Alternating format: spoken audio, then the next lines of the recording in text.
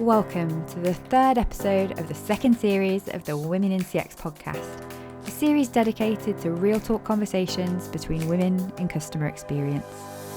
Listen in as we share our career stories, relive the moments that shaped us, and voice our opinions as loudly as we like about all manner of CX subjects. I'll be your host, Clare Muscutt, and in today's episode, we'll be hearing one woman's story about her experience of becoming a working mother, founding a business with her best friend in CX recruitment, and her best advice on how to get hired. Let me introduce you to today's inspiring guest.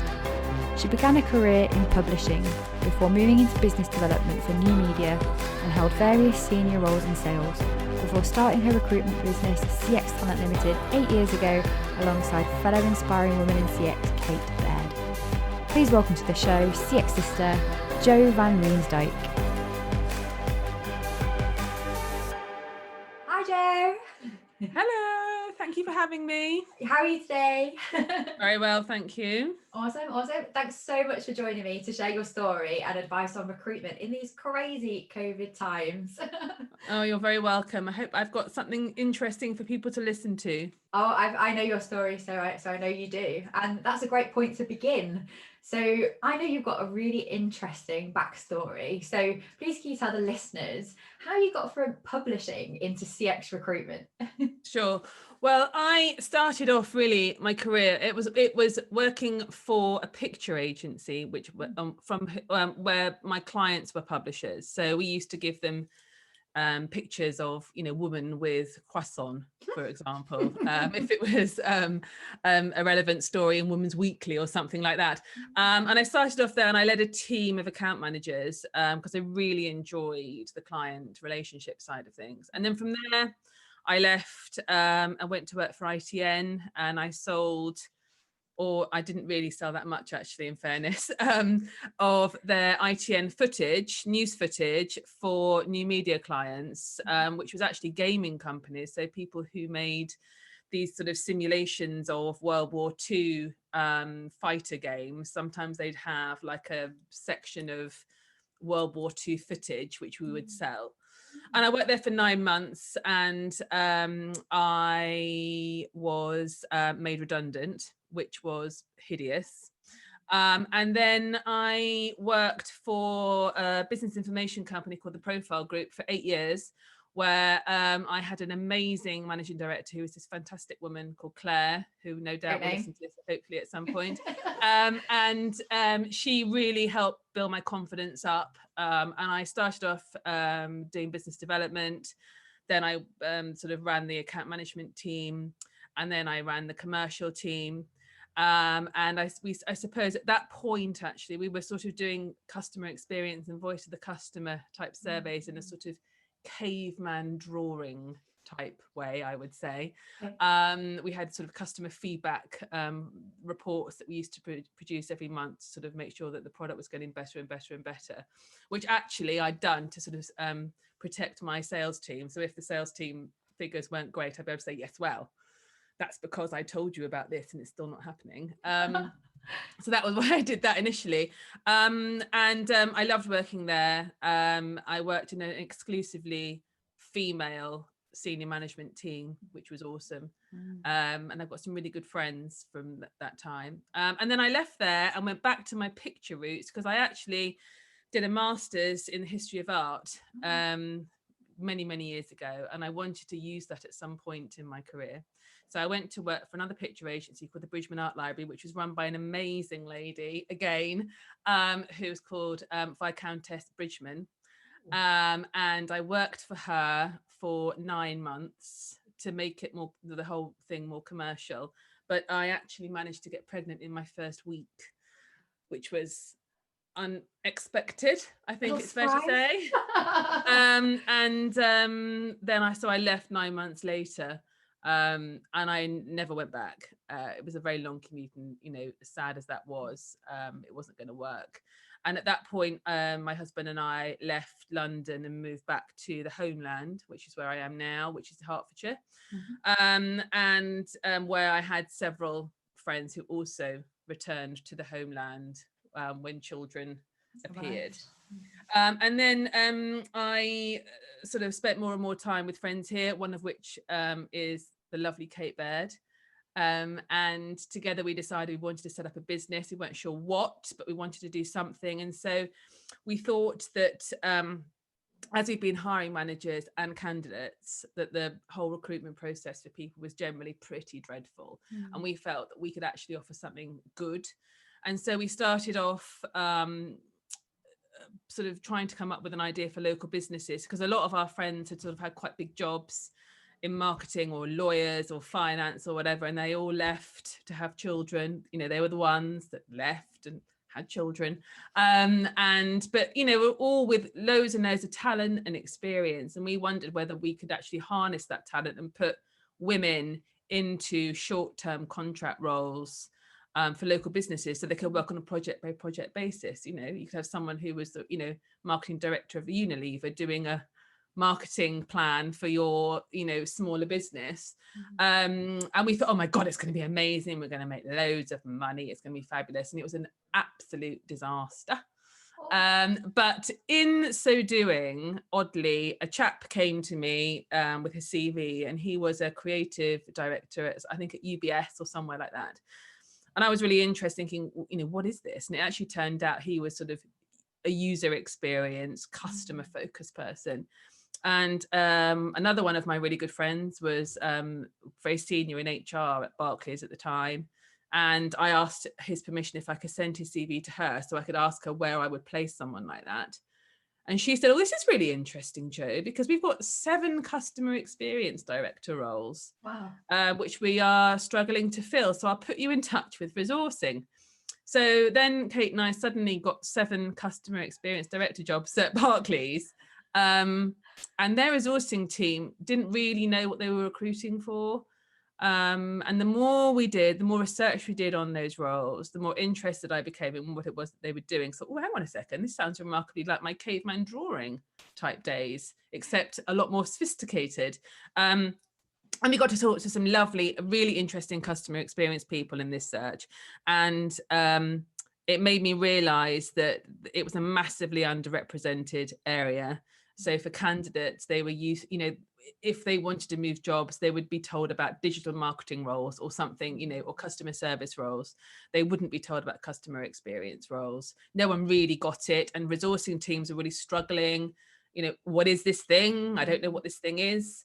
And so we spotted a niche. And then another old friend of mine from teenage years in Bishop Stortford is a chap called Christopher Brooks, who is quite well known in customer experience. I went to see him, had a chat with him about, you know, do you think there's a market for recruitment for customer experience people? And he said, absolutely, because there's just no one gets it at all.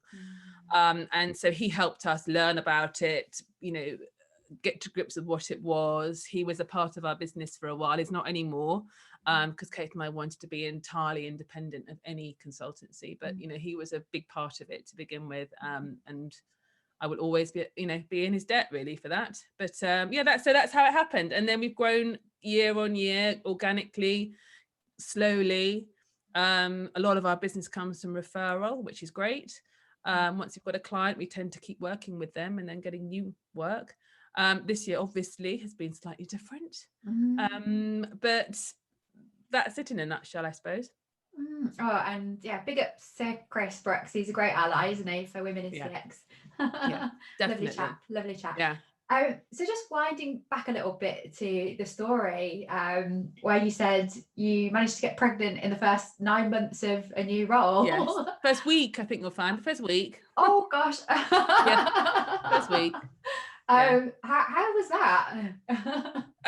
Somewhat surprising. I mean, I felt really bad actually, because at that time I was in my early 30s, and I had been for a couple of, but I was married, and I got married at 28.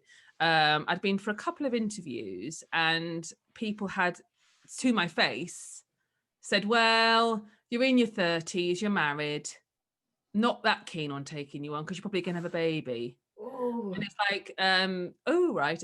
And of course, even at that point, you shouldn't really say that. No. But several, 2 or 3 people did actually sort of say, well, I think probably at your stage in life, you're not the most attractive candidate. Wow. Okay. So Lady Bridgman, was amazing. She liked me because I was very commercial, but I did have a history of art background, because the Bridgman Art Library is the biggest sort of picture agency for fine art, and so it was quite an attractive proposition, because I understood the art side, but I also understood the commercial side, and that's not normally a happy me. You don't normally find a mix of that. And I did feel awful saying to her, I've got something to tell you, I'm pregnant, gulp, and also I felt really bad for the team, because the team had been sort of really shaken up by my arrival, if you like, because I was brought in to make it a lot more commercial, and so that's what I was doing. There's a lot of very uncommercial people being trained and nurtured into being quite commercial people. They started to really enjoy it, and they really loved that, and by the end of it, we had a really great relationship. But then, because I was then going, I think they felt a bit, oh, now you've gone, and and now we're back where we were. So that was quite hard. How long so you're pregnant in the first week of the role, and then took maternity leave at the day I gave birth. Oh wow. Why did you wait so long? Because I wasn't because you're only due maternity leave after you've been there. At that point, I can't remember what the legality of it was, but at that point you only could have maternity leave if you've been there sort of long enough. And I think I actually missed it by 2 days. I think so, but fortunately, because the business was great, they said, well, no, of course we'll pay it, because otherwise it would have been some other, I can't remember what it was back in those days. It's 8 years ago. But it would have been some sort of maternity allowance, which was significantly less. So that's why literally I had a call from a lady called Tick, who was one of my counterparts as I was in labour, and my husband saying, yeah, I'm really sorry, she's going to have to give you a call tomorrow because she's actually gone into labour. Oh wow. So literally you were at work and went into labour. Oh gosh. That's so stressful. And I think you're right, the kind of stigma around women in their 30s and our attractiveness as talent, in some cases there's been a lot of national stories about it, hasn't there? That you can't ask a woman to have more children. No, absolutely. By law now, which is great that we're protected. I know some of the best hires I ever saw come in. One at Sainsbury's, who was my marketing director, Justin hired her when she was pregnant, so he knew. That's amazing. So I think, and she was incredible. She did an incredible job there. So I think those who would write women off because of their plans to be mothers or would definitely be missing out in a lot of cases. But I'm really glad that they've tightened up the legislation around. Oh God, completely. And the other thing is, once you've had a baby, your ability to condense your working into a very, you'll become incredibly efficient because you have to be, basically. You just squish it all into into the time that you've got.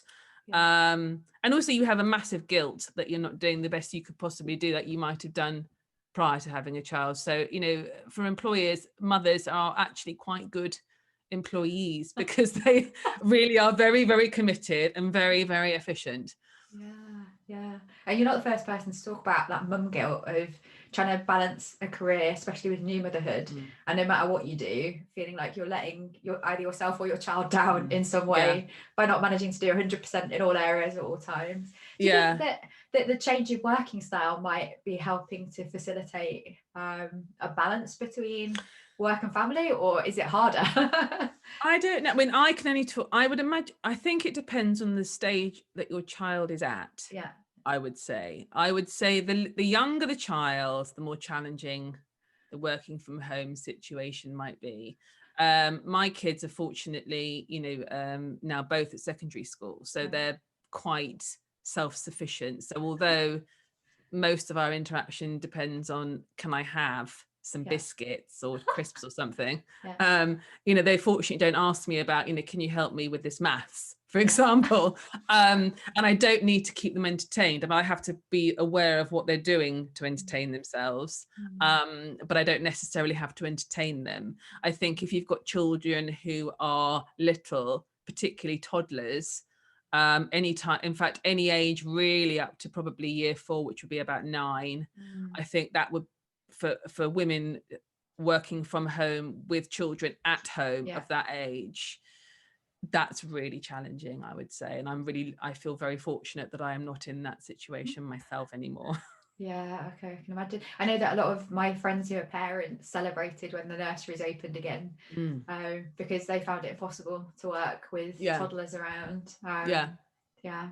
So kind of back to your story again. Like, I absolutely love the fact that you started a business with your BFF. Yeah. And some great kind of background there with lots of kind of female only teams and female run businesses. What's it like to work with your bestie? Oh, it's awesome. It's awesome. It is awesome. Kate is one of the funniest people I know. And so no matter how dark the day, and, recently there have been some pretty dark days. I can't pretend we're hugely busy, because we're not. Things have changed in the recruitment world quite a lot. But no matter how dark the day, there is always something that we will find to laugh at. And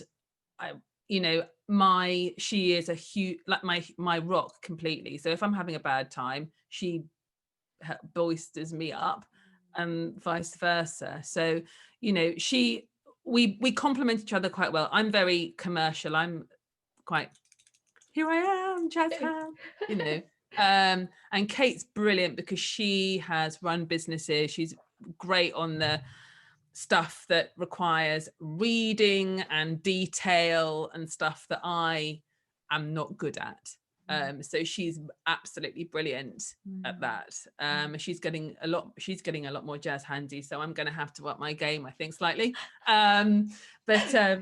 She is brilliant, and together we have really helped each other through definitely this very, very difficult time. And we celebrate the great times and we commiserate the bad times. So what can I say? I recommend it. Yeah. Like, I suppose there's always a risk, isn't there, like combining business and friendship, but when you get the balance right, and it's the right balance of kind of personalities and skills and talent, I can imagine being in that situation and having a bestie through these times in business and in your personal life is a real asset. It really is. I mean, we trust each other implicitly. So I know that she was always someone I can completely rely on, completely 100%. And I know that she feels the same about me. And I think that we are so lucky to have that relationship and to have each other. I know there are lots of other people that have that, of course. But, it really, Kate and I are very personable people, and it really plays to, I think, the strength of our business, that, we are very open and transparent and honest and kind, I'd like to think. And that's really what we want our business to be like. So your purpose, it lives in your friendship and in your business and in the service that you provide. Well, I hope so. No, it does, and I can see that from the social media posts as well. So just back to kind of what you were saying about COVID's really changed the recruitment world. What have you seen as the biggest differences for hiring managers and candidates during this crazy time? Okay, the biggest difference is there are a lot less jobs. Number one. Number one, there's a lot less on the market. Companies have obviously put hiring freezes in place. They want to protect the staff that they have, and of course they do, and rightly so. And and that's good. That's a good thing. So for candidates, that has meant that it's become even more competitive than it was already. And you've got to be absolutely on point when you apply for a job. Your CV has got to sing and shout to that job description, because if it doesn't, you'll get rejected pretty much. Because the volume, for hiring managers, the volume of applications per role is absolutely humongous. What I will say is that, having, we occasionally advertise for roles if we don't have enough people with the right skill set in the right location for the right money. Otherwise we take from our network. But, when we do advertise for roles, probably about 95% of the applicants are wrong completely. Really? So usually, yeah, because people apply for jobs just to apply for a job sometimes, and you think, why have you done that, you random person? You clearly, even with the questions that you have to answer, saying, yes, I have 5 years of customer experience, you really don't, do you? Really don't.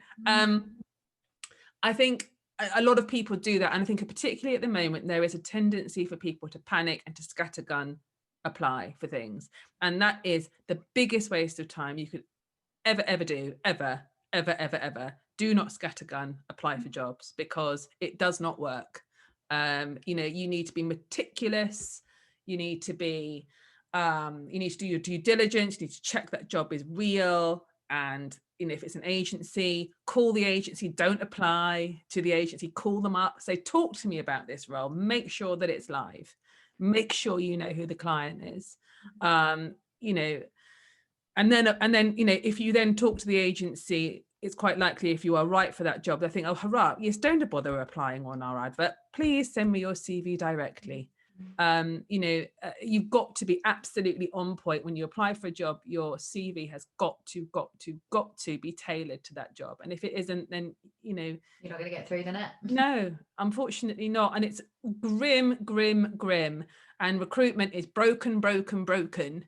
And I would absolutely love to be the person that changed it to be great. And so when people think I've got to recruit, they think, hurrah, I've got to recruit, I can't wait. Wouldn't that be nice? No one thinks that, unfortunately. But it would be good if they did.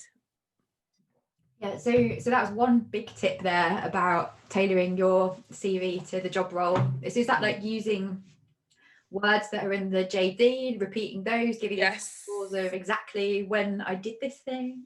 Yeah, definitely. I mean, one thing that I think is really helpful, you have to remember that when you apply for a job, it is quite likely that you will, if you're applying directly to a client, you will be looked at first by in-house resourcing.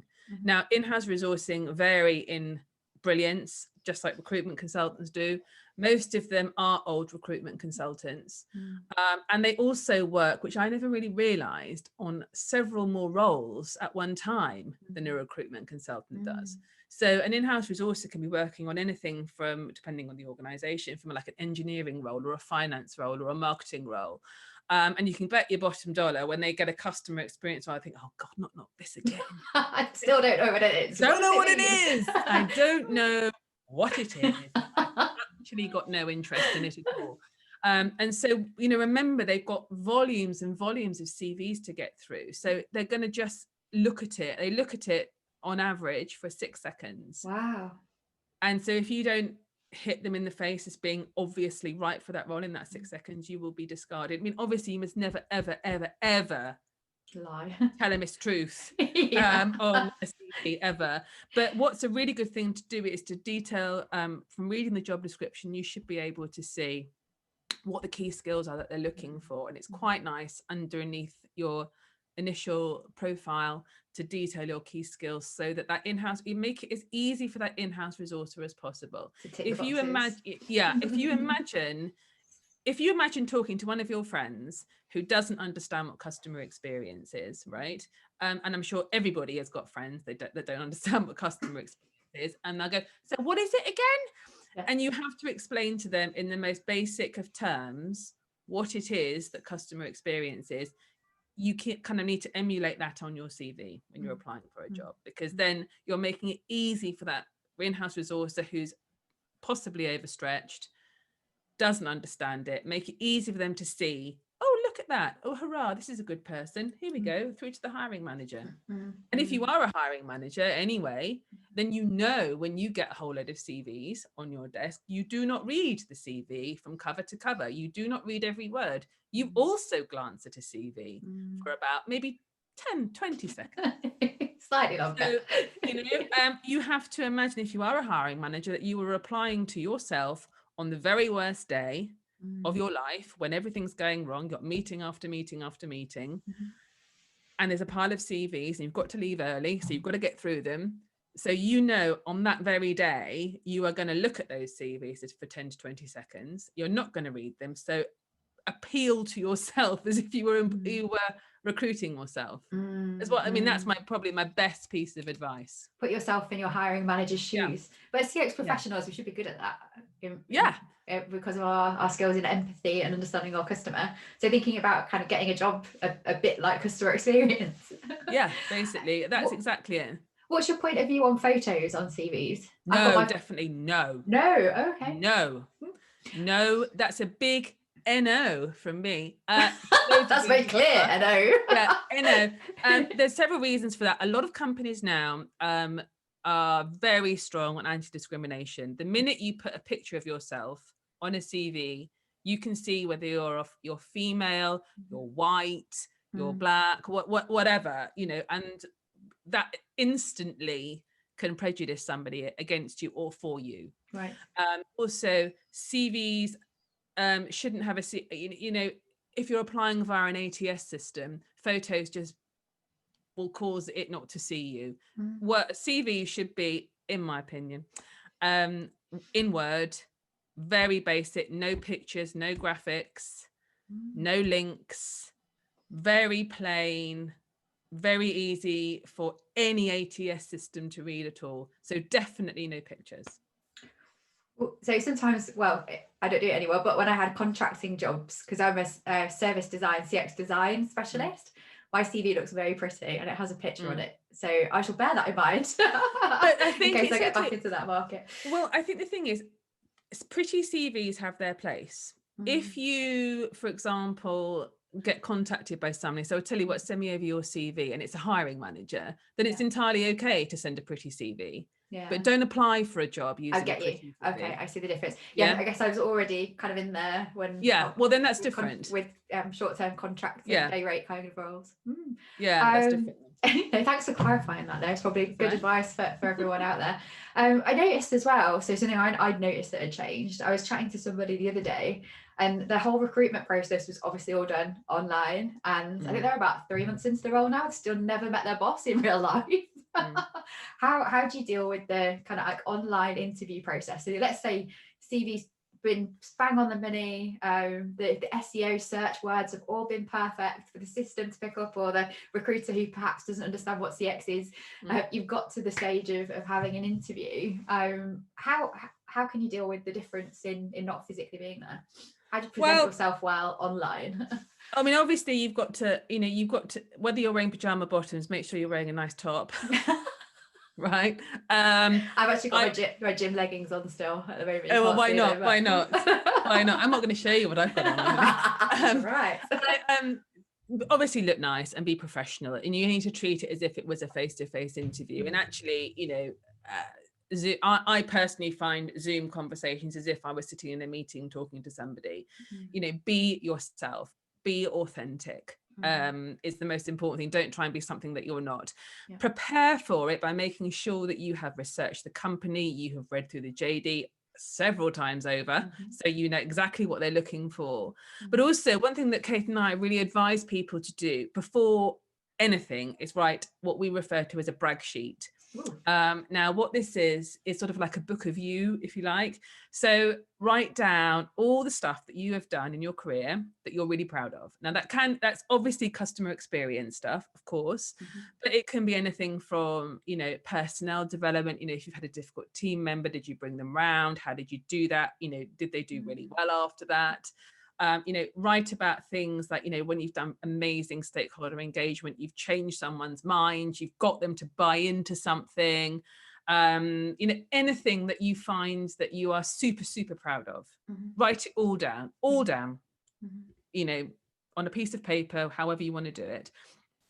And you can write it in as much detail as you wish, because the mistake that so many people make when they come to interview is and I get this all the time, how did the interview go? How was it? Oh, it was really good. I really enjoyed it. But I used a really random, they asked me this question and I used this really mad example and I don't know why, because I've got so many good ones. And it's like, great. Oh dear, you know. I've been there myself. I've done that. Yeah, well, yeah. But if you write down all the stuff that you've done that you're really proud of, you're less likely to allow that to happen because you've got your internal database of stuff. So if it's written down in front of you, you're more unlikely to come up with a random example and to come up with the one that really exemplifies what it is they're asking you about. And generally speaking, customer experience, they want to have examples of when you've done stuff that's great, that's changed things, or equally they may want an example of when something hasn't worked and what did you do to make it better. So you know, just be prepared. That's all you can do. But if you write your brag sheet, then you'll stop yourself from making those mistakes. And it reminds you in dark days of not having any work. And it can be really, really awful for people. It just reminds you how awesome you are, actually, and how employable you are. And sometimes you really need to be reminded of that. Yeah, it sounds like a good idea just to write your brag sheet anyway. Yeah, exactly. You never know when you might need it. You might need it, but just to make yourself feel good. I know, like, personally, it's been really challenging on the consulting side. I think I might go and write my brag sheet after this, just to remind myself I am awesome. Yeah, you should do, definitely. Just speaking about coming up with examples, and that'll probably be for a competency-based interview, wouldn't it? Are there ways that you can kind of guess what competencies you might get asked by looking at the CVs? Or, no, it depends. Well, I would say it depends on the client. I mean, if when they've given us a briefing, the client says, oh, you know, well, obviously the big, I always want to know, okay, what are the really big yeses? I need this person to have this. And they give me those yeses. So it might be customer journey mapping. It might be the stakeholder engagement piece. It might be, you know, voice of the customer, whatever it might be.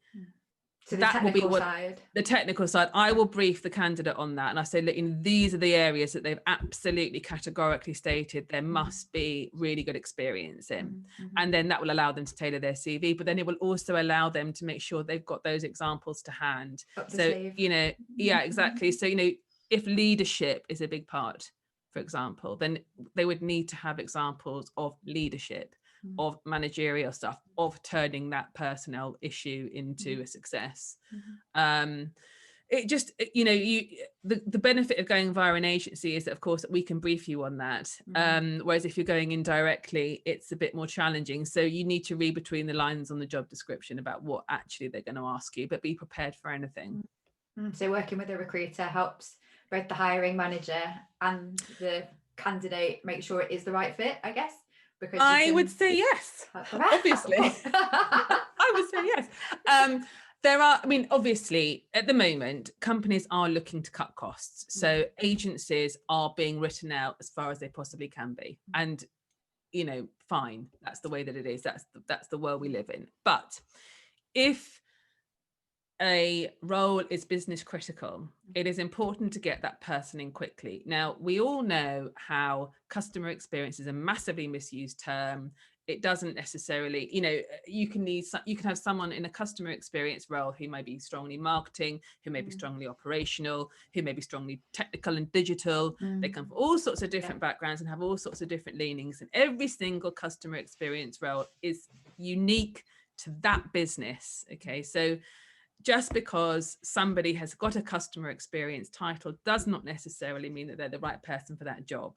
So where we can add value is that we know our candidates. If we get given a brief, we can pretty much fill a job very, very quickly because we already have access to those people. So it makes it a lot easier and slicker, and we would hope more pleasurable for people, because also we're really keen on ensuring that our candidates are really looked after as far as they possibly can be. You know, we work really hard as their advocates, and we want to make sure they're protected and get the feedback. And if it's a no, why is it a no, so they can improve? Really hard sometimes. So yes, I would say it's an awesome idea to use a specialist agency. We're not the only ones, but we're not the only ones. There are others who are also very good, I believe. But you know, what can I say? Yes, I think it's great. And then my final question is just, so for people who are now looking for jobs, there's a lot of people in the market because of all the terrible things that are going on. Is it worth like trying to get in touch with recruiters directly, even if there isn't a role available right now, to like get on the radar? Why not? I say, why not? I mean, in terms of an agency, I'm always happy to have CVs of customer experience people. Of course I am. I'm delighted to talk to people. I mean, my day is mostly spent talking to customer experience people. There are very many worse jobs that you can have. It's not, I would say to people right now, make sure you are active on LinkedIn because you need to be seen. LinkedIn is an incredibly powerful tool. Link in with everyone you know, like people's stuff. If you want to work for, any particular organization and you see they've got a customer experience director who is active on LinkedIn, like all their stuff, comment on all their stuff, and also there's no harm in reaching out to people and saying that, I'd love to work for an organization like yours, because there could be a contract role, there could be an opportunity, in the future. There's absolutely no reason you shouldn't do that. And even if it just results in a conversation, conversations are great. It's another expansion of your network. Nothing is ever lost by having a chat with somebody ever. And I think people are a lot more open now to having conversations with other people. Because of this whole COVID thing, and also because we're all not working in the same sort of way. So I don't think there's any harm whatsoever, in reaching out to somebody. I really don't. Super. So if people want to find more about CX talent, how can they get in touch with you? Well, we can go to our website and LinkedIn. I'm trying to be active. I'm finding LinkedIn quite hard work at the moment because you've got to think about new things to say all the time. And I'm thinking, I haven't got anything else to say, but I'm trying. I've got some ideas. LinkedIn is a really good one. Our website is cxtalent.co.uk. Our numbers are on there. Our emails are on there. We're always really happy to hear from people. Always. Super. Well, thanks so much for coming on the show today. I really enjoyed that conversation, and I'm sure, as you said at the start, you wanted people to get a lot out of it. I think you've given so many great tips. I'm sure they will have. You're one inspiring woman in CX. Thank you, Claire. Thank you so much for having me. You take care now. Bye. Bye. Thanks for listening to the Women in CX podcast with me, Clare Muscutt. If you enjoyed the show, please drop us a like, subscribe and leave a review on whichever platform you're listening or watching on. And if you want to know more, please join us at womenincx.community and follow the Women in CX page on LinkedIn. Join us again next week when I'll be talking to another inspiring woman in CX about her experience of challenging gender stereotypes for women in the Middle East. See you all next week.